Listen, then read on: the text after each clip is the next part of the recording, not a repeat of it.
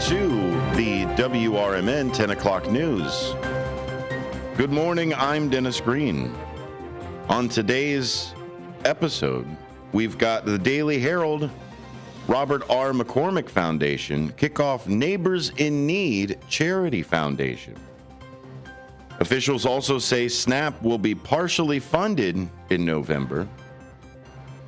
And we've got a few county board primaries and other primaries to discuss here on today's show. Before we get to that, it of course is 51 degrees here in the Fox River Valley as we march all the way up to our partly cloudy day of 61 being our high, with 50 being our low. Tomorrow, the low gets even worse, down to 29 with a high of 57 tomorrow. Thursday, a high of 56 and a low of 48. And while Friday, we get another cold snap in the evening with a low of 37 and a high of 62. Cloud coverage throughout the rest of the week, but we'll see if that rain stays away until Saturday. These are the lottery results for November 3rd. Remember, you have 1 year to pick them up. Good luck. The midday pick 3 comes in at 464 with an 8 on the end.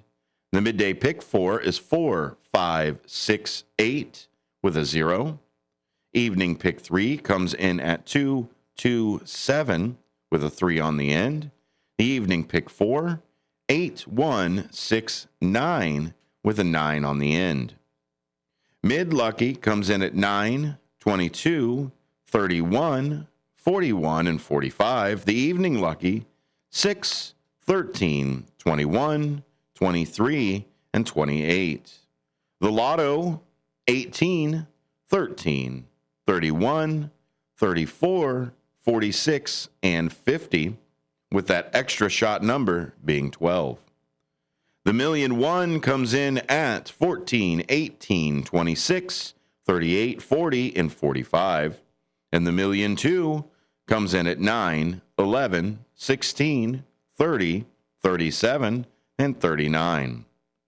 Powerball numbers worth $419 million for that power play. 3, 32, 40, 43, and 57. A Villa Park man is accused of punching a police officer. A Villa Park man has been accused of punching a police officer in the face after a high-speed car chase. Azik Davala, 18, of the 300 block of North Ardmore Avenue, is charged with felony aggravated battery to a peace officer and felony aggravated fleeing and eluding a misdemeanor resisting a peace officer. On Monday, DuPage County Judge Joshua Diden ordered that Dalvia be detained. According to a prosecutor's petition for detention around 2:37 a.m., Villa Park police were investigating a report that vehicles were being burglarized. A Hyundai Palisade was seen at the scene. Cicero police reported seeing the vehicle later and that it had fled from them. At 3:49 a.m., the Villa Park officer noticed a Hyundai Palisade on St. Charles Road. Authorities say Dalvia was the driver and that he sped away from the officer, reaching speeds of 113 miles per hour in a 30 mile per hour zone. Officers used tire deflating spikes to stop the car near Westmore Avenue, and an officer pinned the driver's door with his squad car. Dalvia and 3 other people got out through passenger doors and ran off, authorities say. Dalvia tried to jump over a fence when an officer grabbed him, and Dalvia punched him twice before continuing to flee. Another officer detained him shortly thereafter, according to authorities. At the time of his arrest, Dalvia was on pretrial release in Cook County for a charge of aggravated unlawful use of a weapon. You can always read more over at the Daily Herald. Go to dailyherald.com.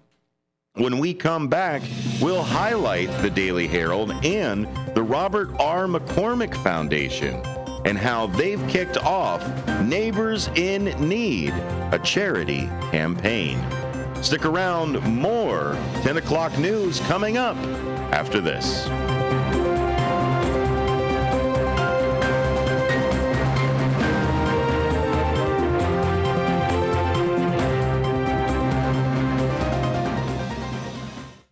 We are AFGE, the American Federation of Government Employees. We represent 700,000 federal and D.C. government workers who are the vital threads of the fabric of American life. We support our nation's military. We take care of our nation's veterans. We protect our nation's borders. We respond to our nation's crises and natural disasters. We provide services to our nation's seniors. The American Federation of Government Employees. We work for America. We are AFGE, the American Federation of Government Employees. We represent 700,000 federal and D.C. government workers who are the vital threads of the fabric of American life. We support our nation's military. We take care of our nation's veterans. We protect our nation's borders. We respond to our nation's crises and natural disasters. We provide services to our nation's seniors. The American Federation of Government Employees. We work for America.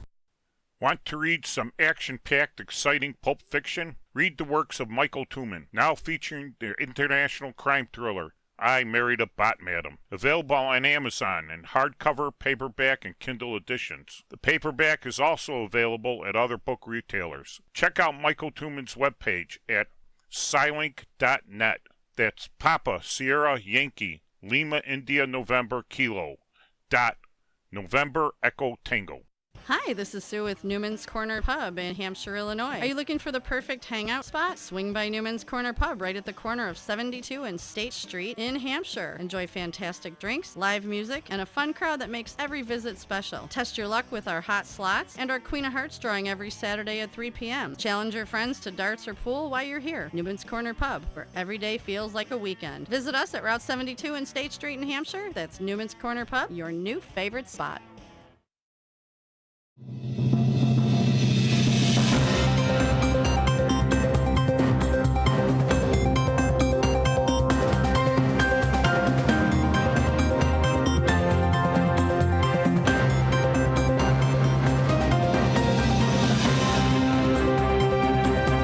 Hello, and welcome into the WRMN 10 o'clock news.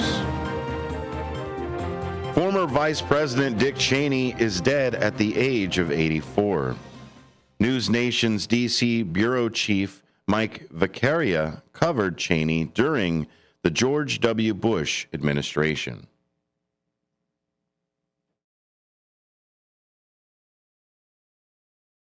Dick Cheney, as Vice President, was a voice that advocated for the removal of Saddam Hussein, pushing the narrative we now know to be incorrect of weapons of mass destruction in Iraq. So we know that he had a controversial run. We know that he was considered an icon of conservatism. We also know his health problems were chronic in terms of the cardiac problems. He'd been hospitalized with serious heart problems several times over the past several years. Cheney's family released a statement that the former VP died due to complications of pneumonia and cardiac and vascular disease. By the end of the day, New York will have elected a new mayor. News Nation's Marcus Espinoza is outside a polling station in Manhattan.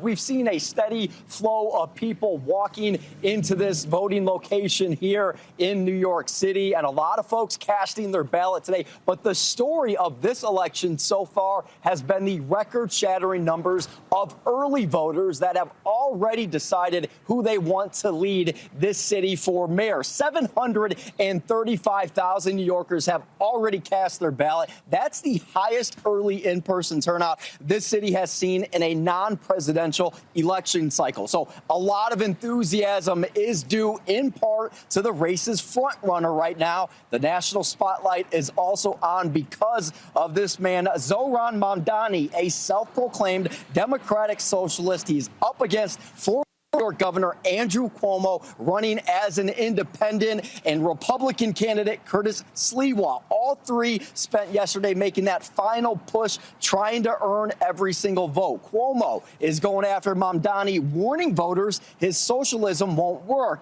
He fired back saying that Cuomo is getting Mamdani has led most polling in to this point, with Cuomo in a distant second and Silva in third. We'll have more of that coverage later on tonight on a political talk show where we'll be able to go through some of this election cycle today. The officials say SNAP will be partially funded in November. President Donald Trump's administration said Monday that it will partially fund SNAP for November after two judges issued rulings requiring the government to keep the nation's largest food aid program running.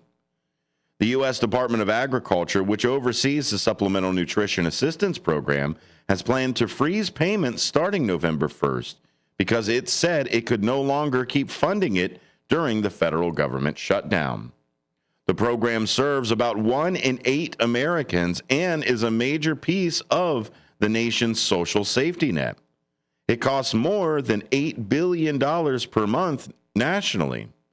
The government says an emergency fund will be used, has $4.65 billion, enough to cover about half the normal benefits.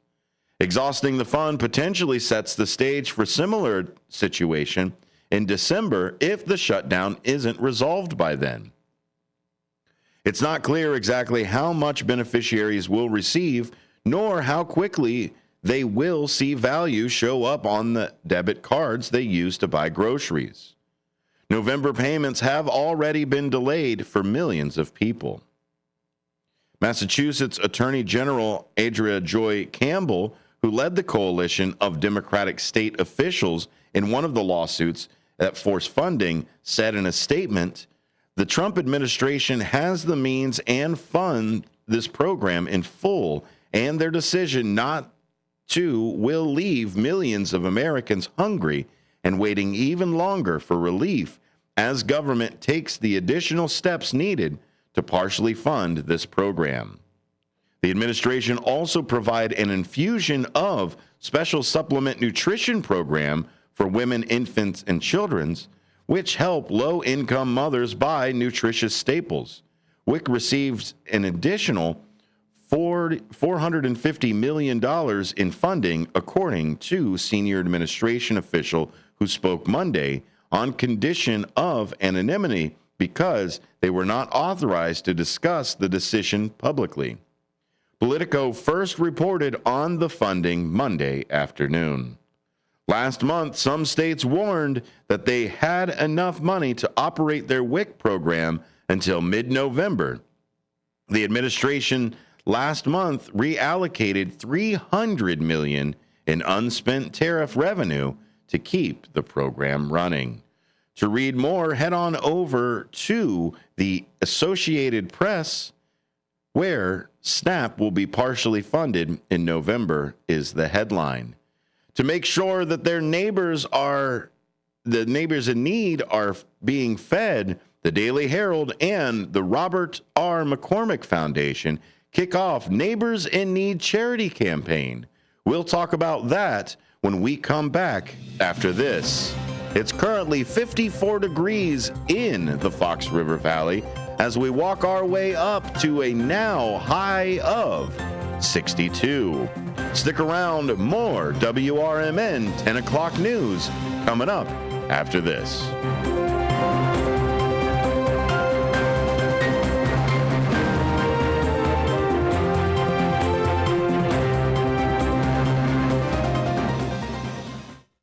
Looking to set sail on your dream vacation? Cruises International has you covered. Specializing in land and sea getaways, they're here to make your vacation unforgettable. Located at 1721 Moon Lake Boulevard in Hoffman Estates, they offer personalized service with a global network of specialists to ensure your trip is tailor-made just for you. Call today at 800-255-7447 to speak with a cruise and vacation expert. And don't miss Travel Tuesdays on WRMN AM 1410 every first Tuesday of the month from 11 to 12 p.m. on Out to Lunch. That's Cruises International. Your vacation, your way. Join your co-hosts Mike Tooman and Paul Burvitt on our weekly radio hour, Chief Guard of the Republic, where we talk about all things national security, defense, personal security, safety, and dealing with law enforcement situations. Call in 847-931-1410. Ask us questions. We will get you answers. Every week, Saturday, noon to 1 on 1410 AM WRMN Elgin. Streaming on WRMN1410.com. Chat with us on WRMN's YouTube live channel.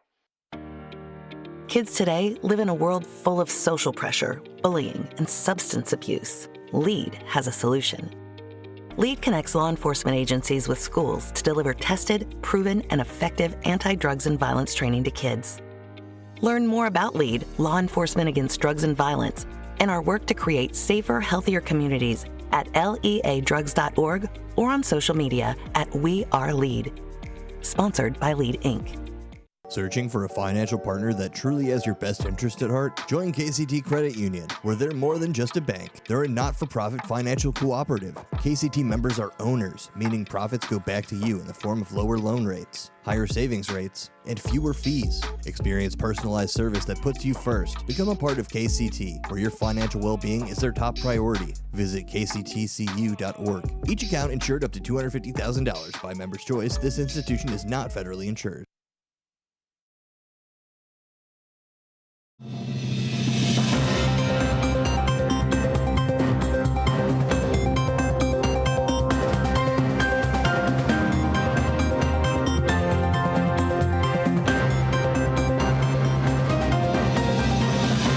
Welcome back to the WRMN 10 o'clock news. I'm Dennis Green. For the Daily Herald and the Robert R. McCormick Foundation, the giving season commences today with the launch of the annual Neighbors in Need fundraising campaign to support charities that assist suburban residents facing hunger, homelessness, and inadequate health care. Sonia Matthew, director of partnerships for the Robert R. McCormick Foundation, said there is a lot of need right now. We're hoping Daily Herald readers can be generous and support this campaign. The McCormick Foundation was established in 1955 by the Chicago Tribune publisher Robert R. McCormick to provide financial support to organizations working to build thriving communities where all individuals have the resources and opportunities to succeed. The foundation, which operates Catney Park in Wheaton, invests in Chicago communities and helps fund suburban services organizations through its partnership with the Daily Herald. To that end, the McCormick Foundation contributes 50 cents for every dollar Daily Herald readers donate to the Neighbors in Need campaign, now in its 5th year. Last year, 63 readers donated $21,523, which the foundation added $10,761 for a total of $32,284, rounded to that $32,285. That resulted in grants of $6,456 to each of the 5 charities. Donations to nonprofit organizations have declined over the last few years, notes Matthew, while the need is ever present. Even small donations from readers have an impact, she said. The small organizations we support in this campaign benefit from that generosity, Matthew said. To donate to Neighbors in Need, visit dailyherald.com/neighbors. Organizations set to receive the grants this year include Woodfield Area Children's Organization, West Suburban Community Pantry, Journeys, The Road Home, Tri-City Health Partnership, and Bridge Communities. Donations to nonprofit organizations have declined over the last few years, but they see that the need is ever present and make sure that you get in even those small donations. Again, you can donate to Neighbors in Need at dailyherald.com/neighbors. It's right there on the home page of the Daily Herald. Check it out. We head on over to some suburbs for some news there. Naperville honors veterans. A sea of red, white, and blue will blanket Naperville's Rotary Hill during the week of Veterans Day. Operation Support Our Troops, America, and Naperville Park District are hosting the Healing Field of Honor, a display of American flags from November 7th to the 12th at Rotary Hill next to Millennium Carillon.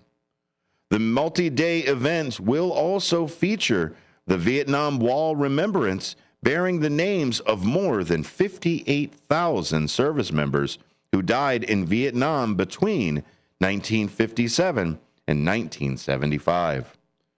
Organizers will hold an opening ceremony at 5 p.m. Thursday, November 6th, and Vietnam veterans will share stories and answer questions at the memorial.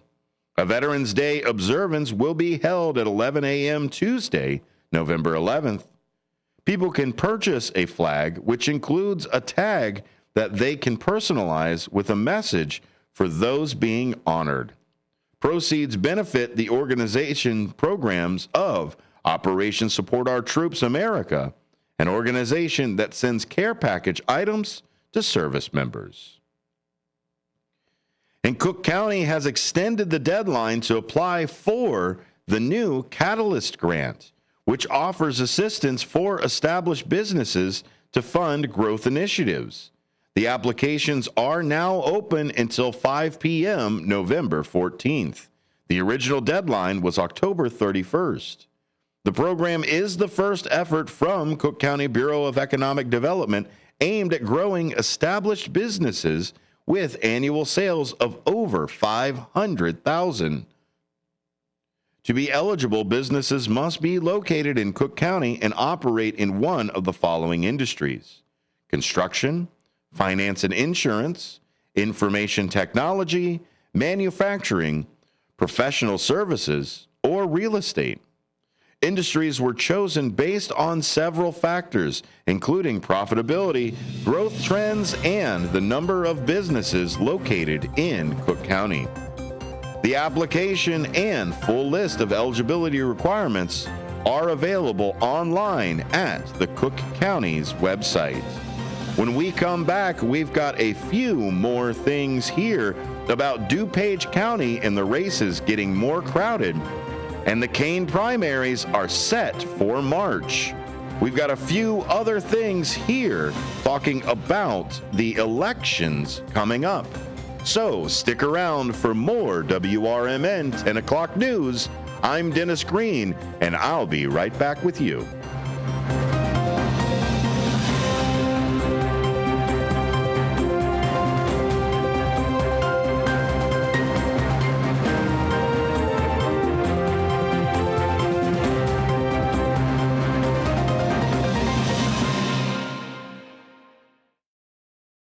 I'm Trey Westerberg on 1410 WRMN Elgin, proudly serving the Fox River Valley. This update brought to you by Sky Rizzi. The Kendall County Sheriff's Office received a federal grant for the 2026 fiscal year to support traffic safety campaigns, according to officials. Funded through the Illinois Department of Transportation, the grant reimburses the Sheriff's Office for deputies' hours spent on enforcement aimed at reducing crashes and saving lives. The office plans to focus on campaigns like Drive Sober or Get Pulled Over and Click It or Ticket, targeting impaired driving, seatbelt use, and speeding, especially during high-risk times such as St. Patrick's Day and Memorial Day. Officials say the funding will help ensure road safety by holding traffic law violations violators accountable. A fire destroyed a house in the 400 block of Grant Place in Aurora early Thursday morning after flames broke out in the attic. Aurora police helped evacuate 2 residents and their dogs, but thick smoke made it impossible to clear the other units. Firefighters battled flames on the second floor and attic, conducting extensive searches and overhaul before the blaze was fully controlled. Utilities were shut off, the home was deemed uninhabitable, and the Red Cross assisted the displaced tenants with temporary shelter. Federal agencies have issued new recalls affecting both food and medicine, including over 580,000 bottles of the blood pressure drug prazosin hydrochloride due to potential contamination with the cancer-causing chemical. Food recalls include California peaches for possible listeria contamination, as well as parsley and chicken products over salmonella concerns. The recalls were announced by the FDA, USDA, Consumer Product Safety Commission, and National Highway Traffic Safety Administration. Companies involved, such as Teva Pharmaceuticals and Amerisource Health Systems, issued voluntary nationwide recalls to protect customers. 2 federal judges in Massachusetts and Rhode Island ruled Friday that the Trump administration must keep funding SNAP, the nation's largest food assistance program, during the government shutdown by using emergency reserves. The decision allows the administration to decide whether to fund the program partially or fully for November. The USDA had planned to halt SNAP payments on November 1st. I'm Trey Westerberg on 1410 WRMN Elgin, proudly serving the Fox River Valley. The holidays are back at Starbucks, so share the season with a peppermint mocha. Starbucks signature espresso, velvety mocha, and cool peppermint notes, topped with whipped cream and dark chocolate curls. Together is the best place to be at Starbucks. Find what you love and love what you find at Total Wine and More. There's so much waiting for you. With the lowest prices for over 30 years, find what you love only at Total Wine and More. Drink responsibly, B21. Progressive presents a testimonial of sorts. Hey, slow down! Oh, yeah? Well, you drive like my grandma. She's a very attentive and courteous driver who wears a seatbelt and always uses her turn signals. She's also a talented painter and has very low cholesterol. Not that that has anything to do with her drive. We just thought a more complete picture of who she is might be interesting. Anyway, have a nice day. Safe driver? Get Snapshot from Progressive and get a personalized rate based on how you drive. Progressive Casualty Insurance Company and affiliates. Snapshot not available in California or from all agents. Surcharge possible for unsafe driving. Are you dreaming of a getaway? Want to leave the stress of daily life behind? Whether it's a relaxing cruise or an adventurous land escape, planning the perfect vacation doesn't have to be a hassle. At Cruises International, they specialize in vacation destinations, land and sea, making your dreams come true. Located at 1721 Moon Lake Boulevard in Hoffman Estates, Cruises International isn't just about booking travel. They're your personal concierge, trusted travel advisor, and advocate. Your preferences are unique, and they'll take the time to understand exactly what you're looking for. From personalized service to their global network of specialists, they ensure that your vacation is tailor-made just for you. It's time to plan the vacation of a lifetime. Call 800-255-7447. That's 800-255-7447 today and speak to a cruise and vacation expert. Cruises International. It's time to set sail to your dream destination. This is Sarah Silver with your Fox Valley forecast. Brought to you by Rain-X, America's #1 wiper blade. Today, mostly sunny with a high near 61. Temperatures falling to around 56 in the afternoon. Windy with gusts up to 25 miles per hour. Tonight, mostly clear with a low around 50. Tomorrow, sunny with a high near 58. Currently, it is 52 with clear skies. I'm Sarah Silver on the Talk of the Town, WRMN. Finding great candidates to hire can be like, well, trying to find a needle in a haystack, but not with ZipRecruiter. Its powerful technology actively finds and invites qualified candidates to apply to your job. So while other companies might deliver a lot of hay, ZipRecruiter finds you the needle in the haystack. See why 4 out of 5 employers who post a job on ZipRecruiter get a quality candidate within the first day. Try ZipRecruiter for free at ZipRecruiter.com/free. That's ZipRecruiter.com/free.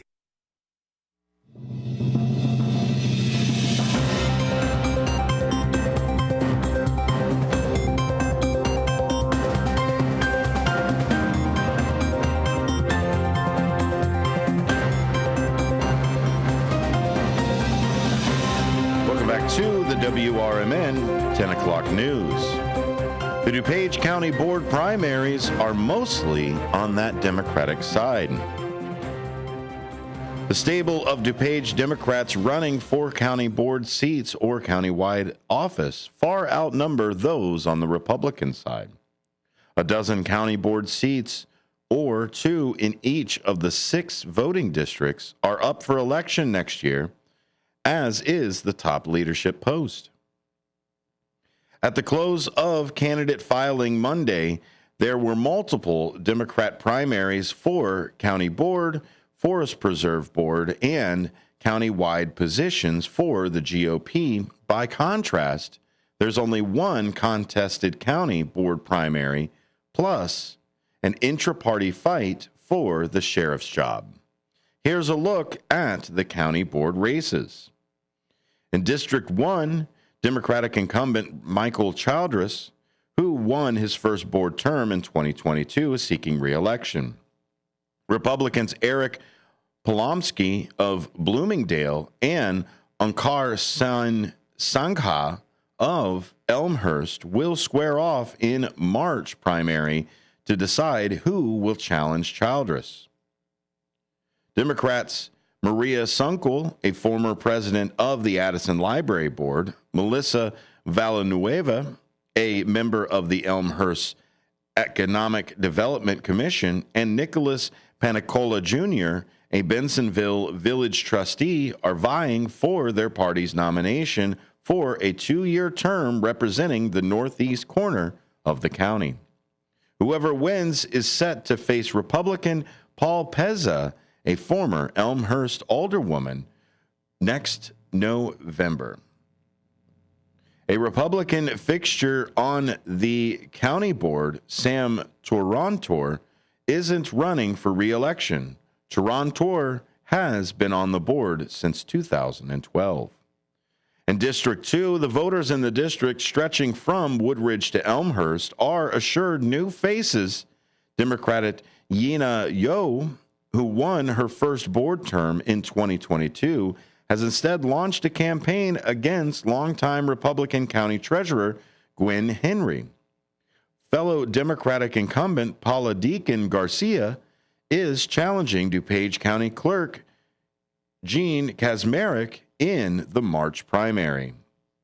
Christopher Espinoza, an Illinois DNC delegate and school board member in Downers Grove High School District 99, and Guido Nardini, a Elmhurst alderman, are hoping to carry the party's mantle into November.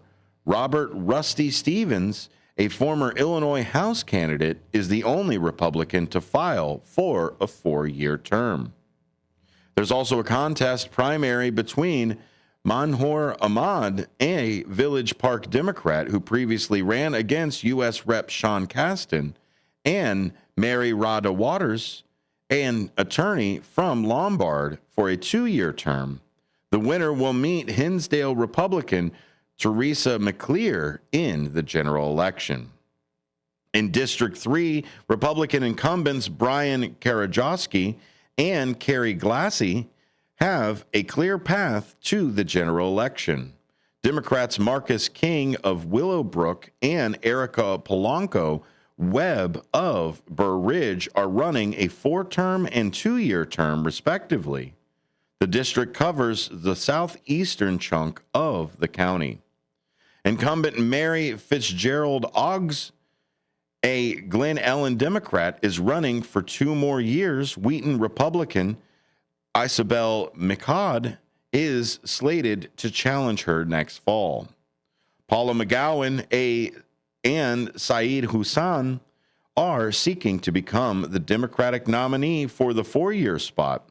This past April, Hussan was a Wheaton City Councilman candidate. McGowan sits on the Regional Board of School Trustees. The winner will advance to the general election to challenge Grant Eckhoff, the second longest-serving Republican on the county board. District 5, the incumbent Sadia Covert faces the stiffest primary competition with 2 opponents, Ian Holtzhauer, a Naperville city councilman who won re-election this past April, and Mary Lee Liu, an Aurora Democrat, who also sits on the Regional Board of School Trustees. Covert has been on the board since 2018. The winner will face Republican Chris Jacks a Naperville Park District Commissioner in November of 2026. Another Democrat incumbent, Don DeSart, is running for 2 more years. Aurora Republican Daniel Alejandro Lame is set to run against her in the general election. And finally, in District 6, West Chicago Democrat Melissa Martinez, who was recently appointed to fill a vacancy on the county board, and Lori Nowak, a former county board member, are running to become their party's nominee for the 2-year seat. Martinez, the founder and CEO of Cool Party Balloons, replaced Sheila Rutledge on the board. The primary winner is set to face Carroll Stream Republican Kathleen Zander. Republican Jim Zay, the board's longest-serving member, is running for 4 more years. West Chicago Democrat Jesse Gutierrez is set to challenge him in 26. When we come back, just a few more candidates, but we'll head over to the Kane County primaries that are actually set for March. Stick around. We've got more WRMN 10 o'clock news coming up after this.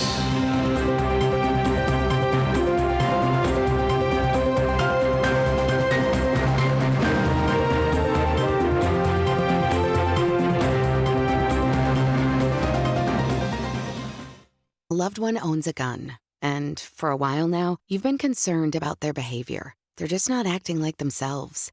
They've been distant, they've been unpredictable, they've been lashing out. They've been saying things that make you worried they might harm themselves or friends or family. Or you're worried this loved one might hurt you. Maybe they recently threatened someone with their gun. You know something needs to be done, and you wish more than anything you could hit pause on this situation. Well, here in Illinois, you can, with a firearm restraining order. In extreme cases, this order temporarily prevents a person in crisis from having a firearm, giving them time to heal before they do something dangerous or even deadly. If you are worried about a loved one in crisis who has access to a firearm, learn more about firearm restraining orders at illinois.gov/pause to heal. A public service announcement brought to you by the Illinois Department of Public Health, Brady, and the Ad Council. Are you looking to buy, sell, or trade something? Maybe clean out that attic or basement, or just make a little extra cash? Then don't miss Tradio on Out to Lunch with WRMN AM 1410. Weekdays at 12:30 p.m. Call in to let folks in the Fox River Valley know what you're looking for or what you've got to get rid of. It's easy, it's free, and it's a great way to connect with your community. Call in at 847-931-1410. That's 847-931-1410. If it's got to go, then let us know. Only on Tradio, here on WRMN AM 1410. When you're high, you feel different. You think different, you talk different, you draw different, you listen to music different, but you probably knew that. Problem is, you also drive different, and not in a good way. That's why driving high is illegal everywhere. So if you're high, just don't drive. Make a plan to get a sober ride. Because if you feel different, you drive different. Brought to you by NHTSA and the Ad Council.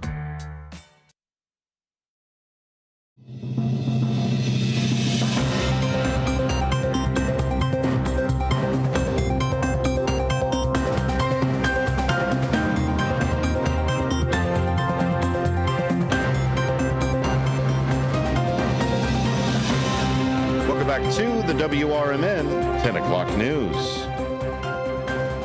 The Kane primaries are set for March. There will be contested primaries in March for Kane County Sheriff, Treasurer, and several county board seats after petition filing ended on Monday.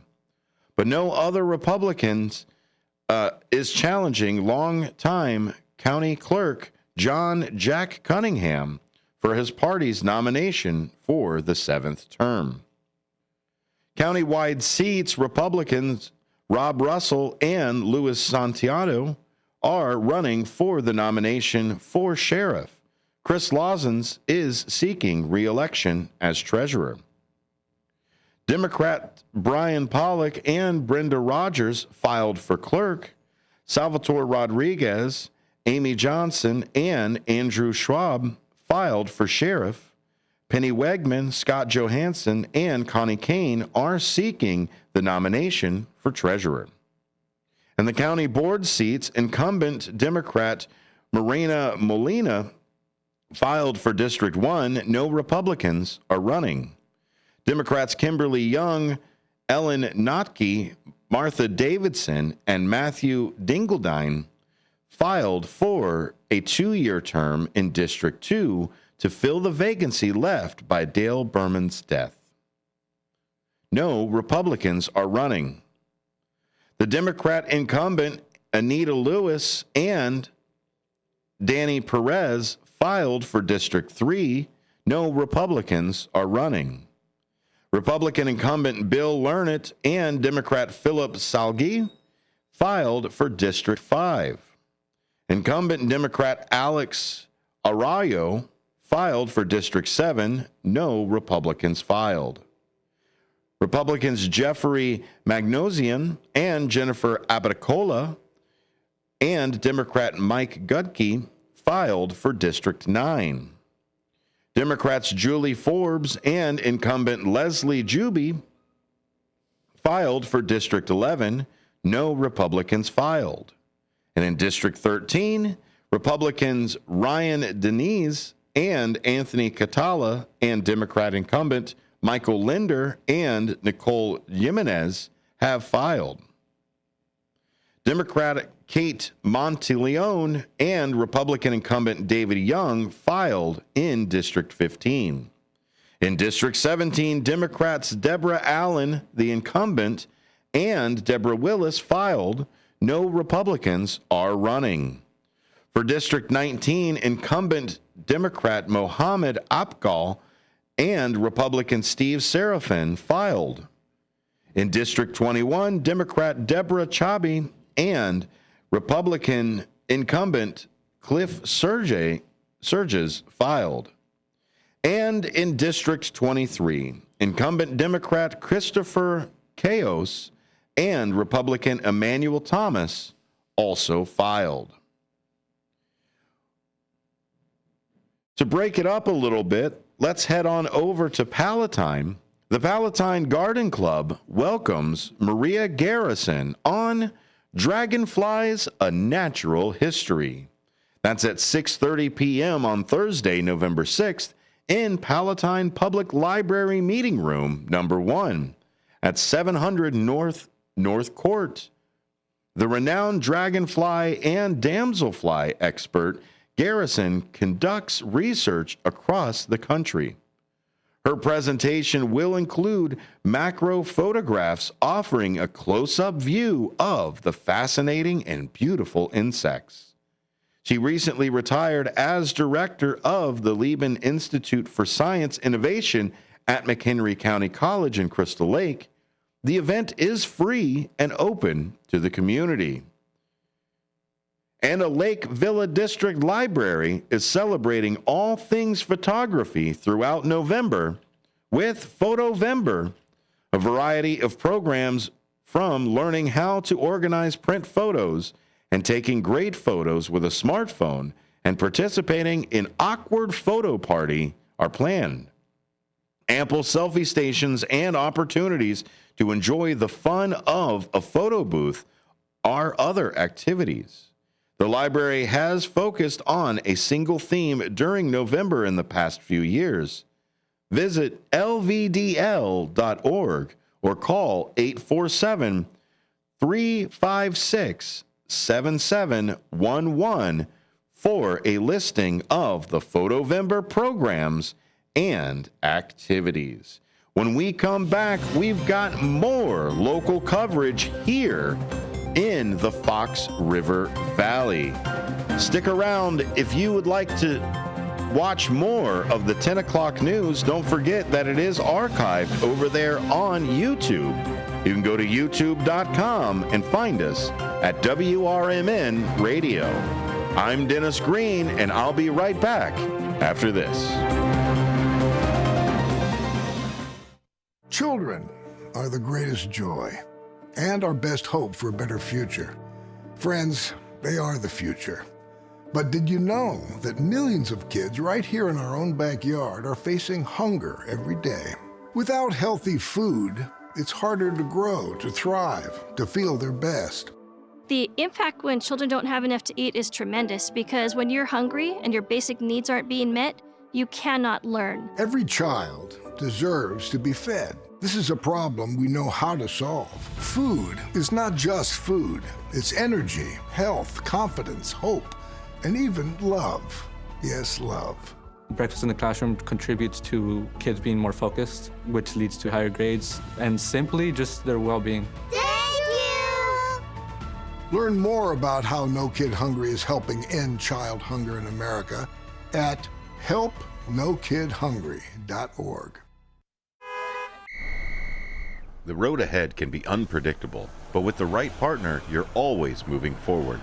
At Heartland Bank in Hampshire, we're with you every mile, every milestone. From savings to small business lending, we offer local decisions and personal service that gets you where you're going. Stop in at 819 Warner Street or call 847-683-4444. Heartland Bank, proud sponsor of America's First Responders Fest. For nearly 2,000 severely injured veterans, everyday life has become filled with barriers. So we build specially adapted homes at Homes for Our Troops. And thanks to our donors and supporters, this life-changing gift of freedom is provided mortgage-free to these veterans. But we need you to join us too in completing this important mission. Please visit hfotusa.org and help build homes and rebuild lives.